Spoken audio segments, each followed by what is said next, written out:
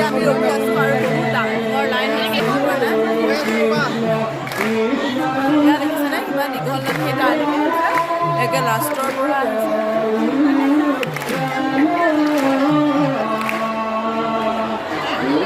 এনেদৰে সকলোৱে এতিয়া ইয়াৰ পৰা ওলাই যাব মানৱ শৃংখলাৰ কাৰণে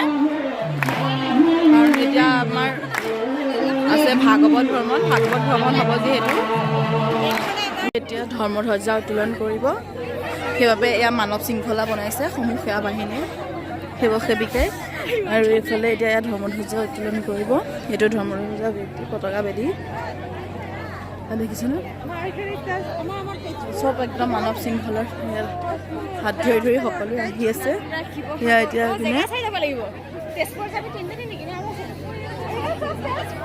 এয়া দেখিছেনে সমূহ সেৱক সেৱিকাই এইদৰে মানৱ শৃংখলা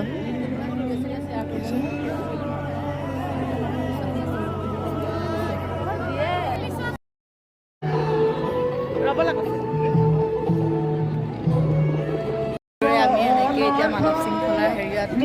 থিয় হৈ আছোঁ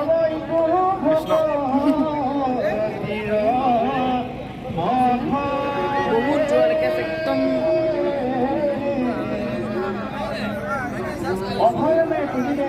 বিচাৰি ভাৰতী বলিয়াই আমাৰ অনুসন্ধানৰ মুখ্য কাৰ্যালয় সন্মুখত ৰৈ আছে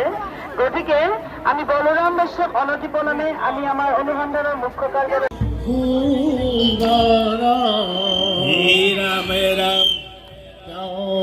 পুত্ৰ আমাৰ গুৰু শ্ৰীমান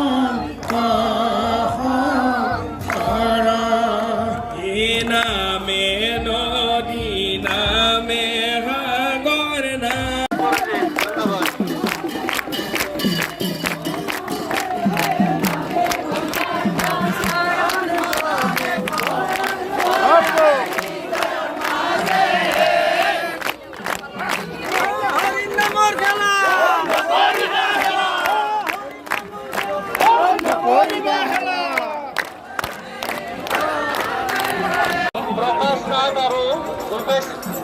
প্ৰকাশ ঠাকুৰীয়া আৰু ভূপেশ ঠাকুৰীয়া আপোনাক বিচাৰি আপোনাৰ মাই আৰু জনতা পাৰ্টি নিয়োজনত ৰৈ আছে আপুনি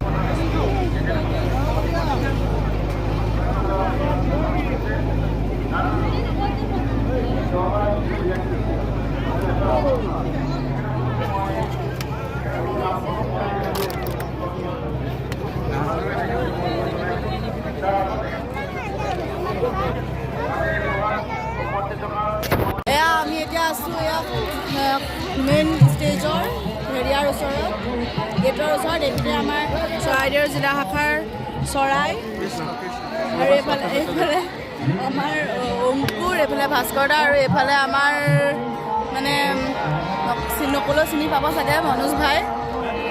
আৰু এইফালে আপোনালোকে মানুহ দেখিছেনে সমাগম এতিয়া আমি বৰ্তমান শোভাযাত্ৰাৰ পৰা আহি পেলাই এইদৰে ভাগৱত ভ্ৰমণৰ পৰা আহি পেলাই এইকণতে ভক্তি চক্ৰ লগত ৰখিছোঁ